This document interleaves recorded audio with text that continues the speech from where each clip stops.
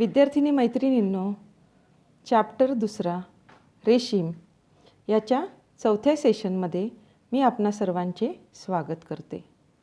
मैत्रिणींनो, मागच्या 3 सेशनमध्ये आपण हा चॅप्टर पूर्णपणे अभ्यासला आहे. मला विश्वास वाटतो की हा चॅप्टर तुम्हाला नक्कीच चांगल्या प्रकारे समजला असेल. तर आपण या चॅप्टरमध्ये काय काय शिकलो, तर सर्वप्रथम आपण शिकलो ते म्हणजे रेशमाची ऐतिहासिक माहिती. त्यानंतर आपण रेशीम प्रोड्यूस करणाऱ्या तयार करणारे कोणते देश आहेत त्याचा आढावा घेतला. नंतर रेशमाचे प्रकार बघितले, त्याचप्रमाणे रेशीम उत्पादन प्रक्रिया बघितली, रेशमाचे गुणधर्म, रेशमाचे उपयोग आणि दैनंदिन जीवनामध्ये रेशमाचा कसा उपयोग होतो तेही आपण अभ्यासलं. विद्यार्थिनी मैत्रिणींनो, आजच्या या सेशनमध्ये आपण असाइनमेंट बघणार आहोत. तसं पाहिलं तर आपण प्रत्येक वेळी असाइनमेंट बघितलं आहे, परंतु आजचं असाइनमेंट असं आहे की हे पूर्ण पाठावरती अवलंबून म्हणजे पूर्ण पाठावरती दिलेलं आहे. चला आपण एक एक आता प्रश्नाची उत्तरं बघूया. पहिलं आहे जोड्या लावा.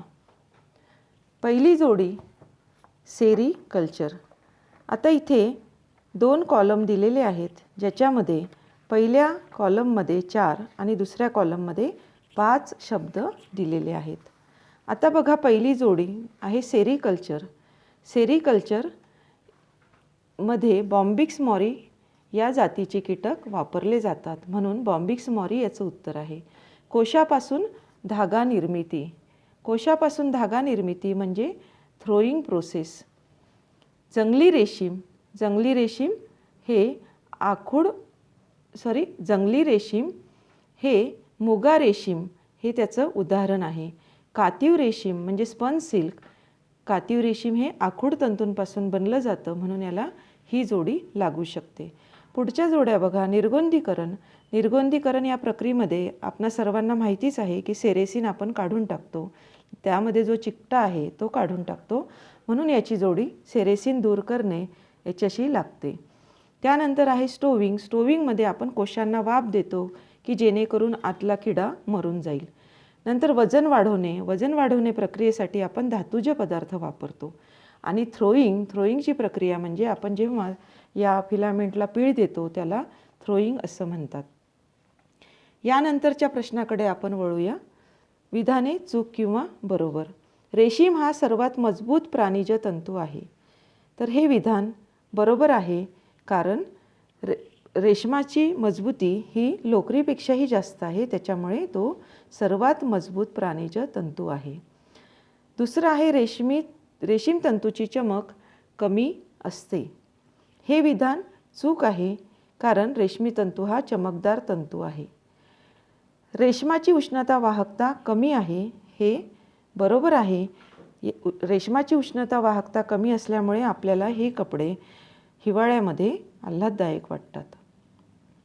पाळीव रेशमाच्या तुलनेत जंगली रेशीम गडद रंगाचे असते, कारण पाळीव रेशीम हे तुतीच्या पानांवर वाढवले जातात आणि जंगली रेशीम हे कॅस्टर ओकचे पानं खाऊन वाढतात.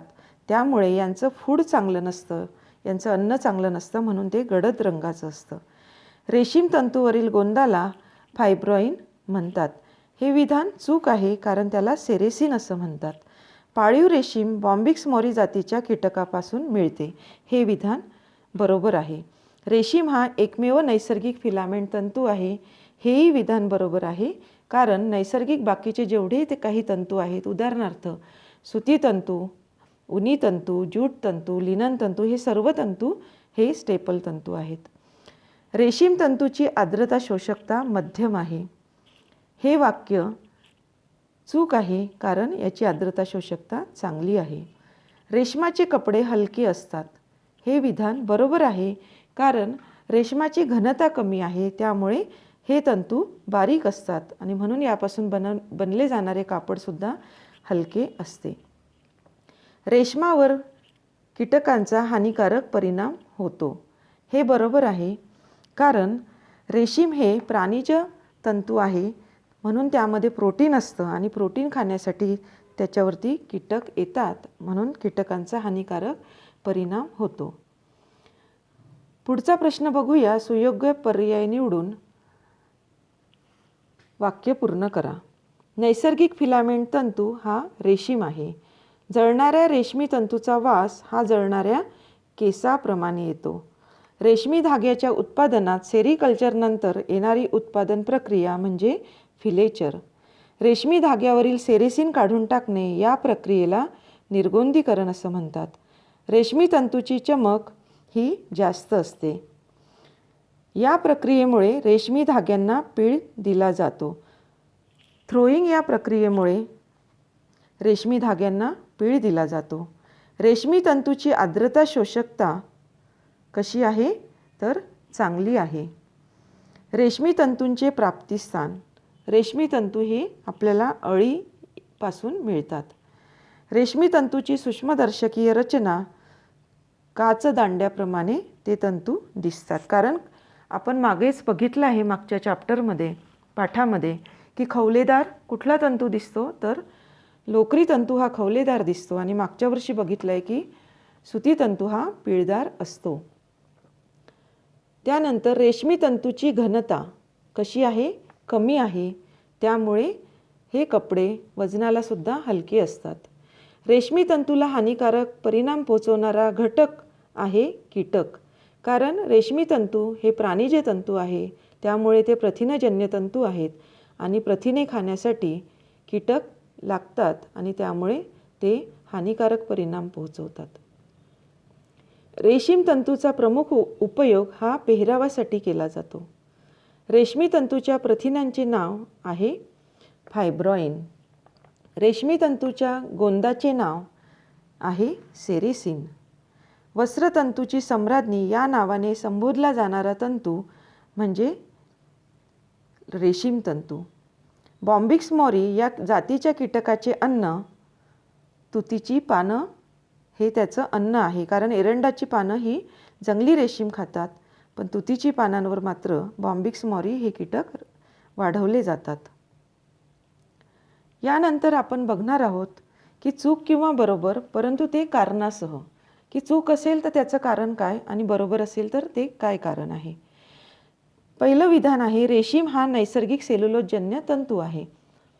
हे विधान चूक आहे कारण रेशीम हे प्राण्यांपासून मिळतं त्यामुळे हा प्रथिनजन्य तंतू आहे.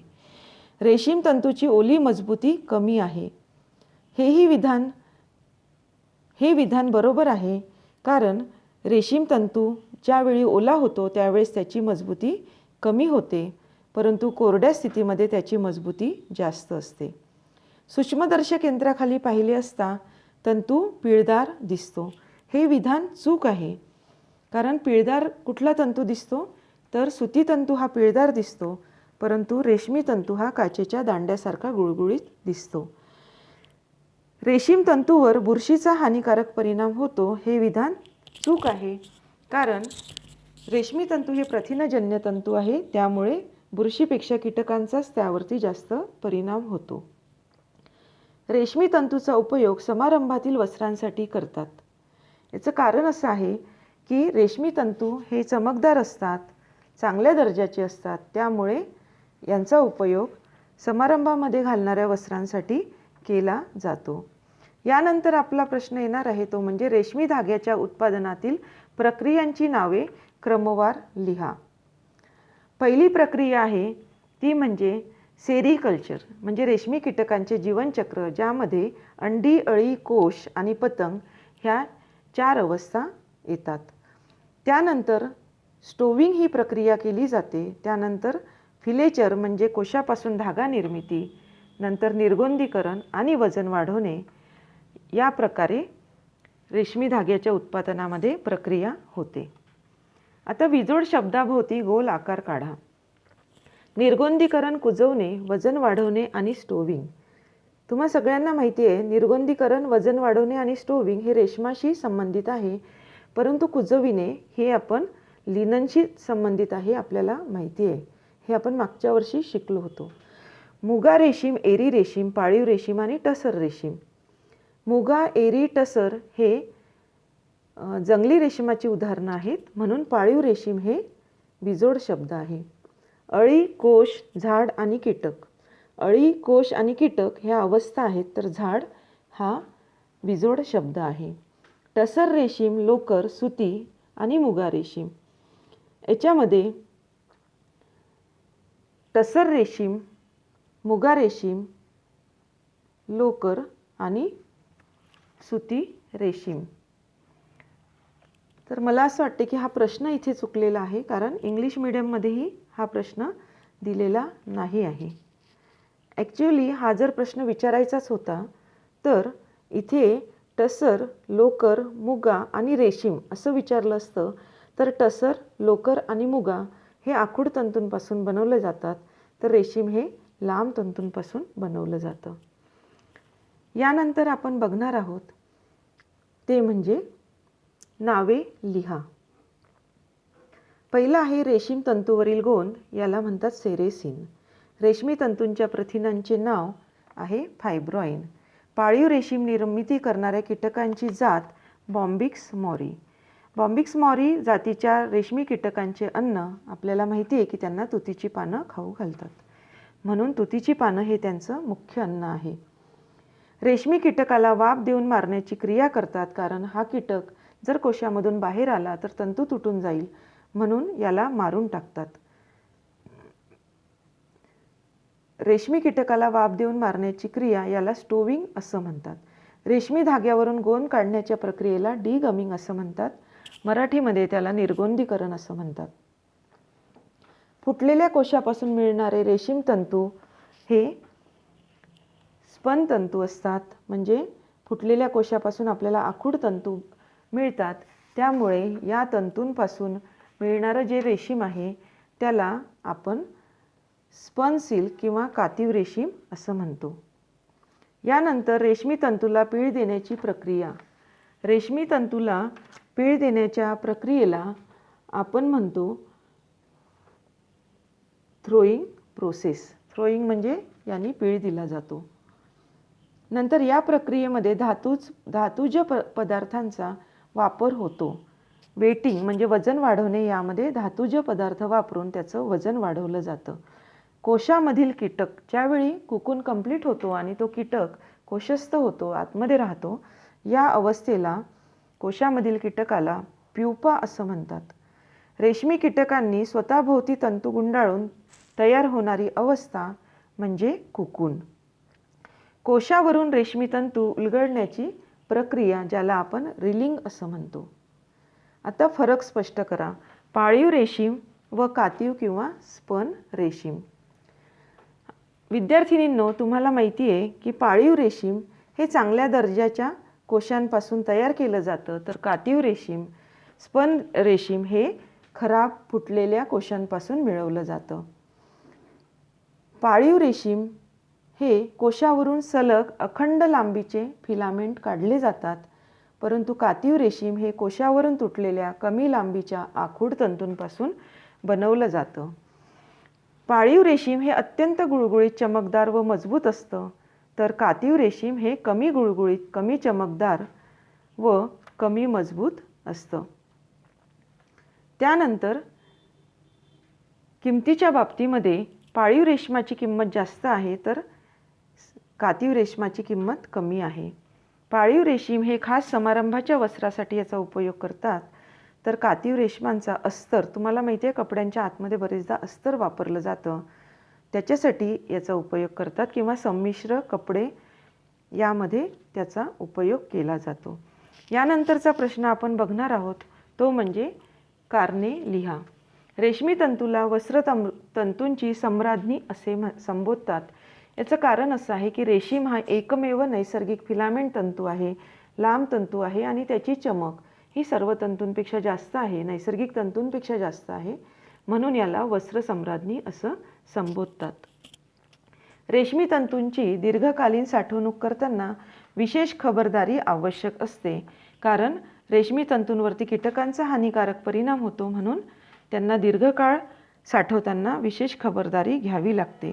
खूप उच्च तापमान वापरून रेशमी कपड्यांना इस्त्री करू नये, कारण उष्ण तापमानाचा रेशमावरती हानिकारक परिणाम होतो, तंतू खराब होतात, म्हणून उच्च तापमानाची इस्त्री करू नये. रेशमी तंतूंना निर्गोंदीकरण प्रक्रिया करतात, कारण रेशमीमध्ये जो चिकटा असतो, ज्याला आपण सेरेसिन म्हणतो, हा सेरेसिन असल्यामुळे तंतूंची नैसर्गिक चमक ही दिसत नाही आणि त्याचा गुळगुळीतपणाही दिसत नाही. तर चमक आणि गुळगुळीतपणा हा जास्त होण्यासाठी आणि तंतूंचं वजन कमी होण्यासाठी निर्गोंदीकरण प्रक्रिया करतात. रेशमी तंतूंना वजन वाढवणे प्रक्रिया करतात. निर्गोंदीकरणामध्ये जे वजन कमी होतं त्यामुळे या तंतूंची किंमत खूप वाढते, कारण रेशीम हे वजनावरती विकलं जातं. त्यामुळे किंमत कमी करण्यासाठी या रेशमाचं वजन वाढवलं जातं. त्याला वजन वाढवणे प्रक्रिया केली जाते. रेशमी कपड्यांच्या धुलाईत विशेष काळजी घेतली जाते, कारण आपल्याला माहिती आहे रेशमी तंतू हे प्राणिज तंतू आहेत, म्हणजेच ते प्रथिनजन्य तंतू आहेत. म्हणून आणि त्याचप्रमाणे याची ओली मजबूती ही कोरड्या मजबूतीपेक्षा कमी आहे, म्हणून धुलाईमध्ये विशेष काळजी याची घ्यावी लागते. पाळीव रेशीम उत्पादनात स्टोविंग प्रक्रिया करतात, कारण पाळीव रेशीममध्ये कोकून तयार झाल्यानंतर तो कीटक आतमध्ये बसतो आणि काही दिवसानंतर फुलपाखरामध्ये रूपांतर होऊन कोकून फोडून बाहेर येतो. जर कोकून फोडून तो बाहेर आला तर आपल्याला अखंड सलग फिलामेंट मिळणार नाही. त्यामुळे आतला किडा मारण्यासाठी स्टोविंग प्रक्रिया करतात. मैत्रिणींनो, मला असं विश्वास वाटतो की हे कारणांची जी मी उत्तरं सांगितली ती तुम्हाला चांगल्या प्रकारे समजली असेल आणि तुम्ही याची व्यवस्थित उत्तरे वहीमध्ये लिहू शकाल. पुढचा प्रश्न येतो आहे तो म्हणजे थोडक्यात उत्तरे लिहा.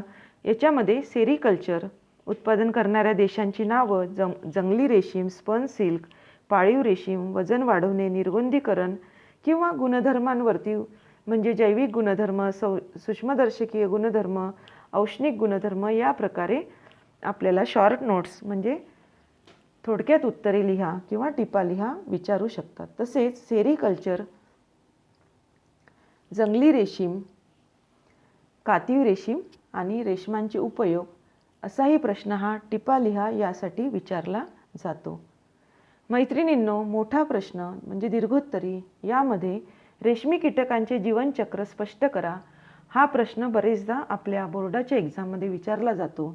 त्यामुळे या प्रश्नाचं तुम्हाला सविस्तर उत्तर लिहायचं आहे आणि हे उत्तर लिहिताना याची आकृती काढून त्याला सविस्तरपणे तुम्हाला डिस्क्राईब करायचं आहे.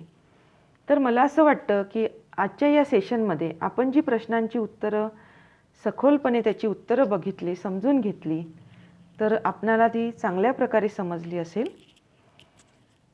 तर मैत्रिणींनो, या प्रकारे आपला हा चॅप्टर, सेकंड चॅप्टर रेशीम हा संपतो आहे. Thank you very much.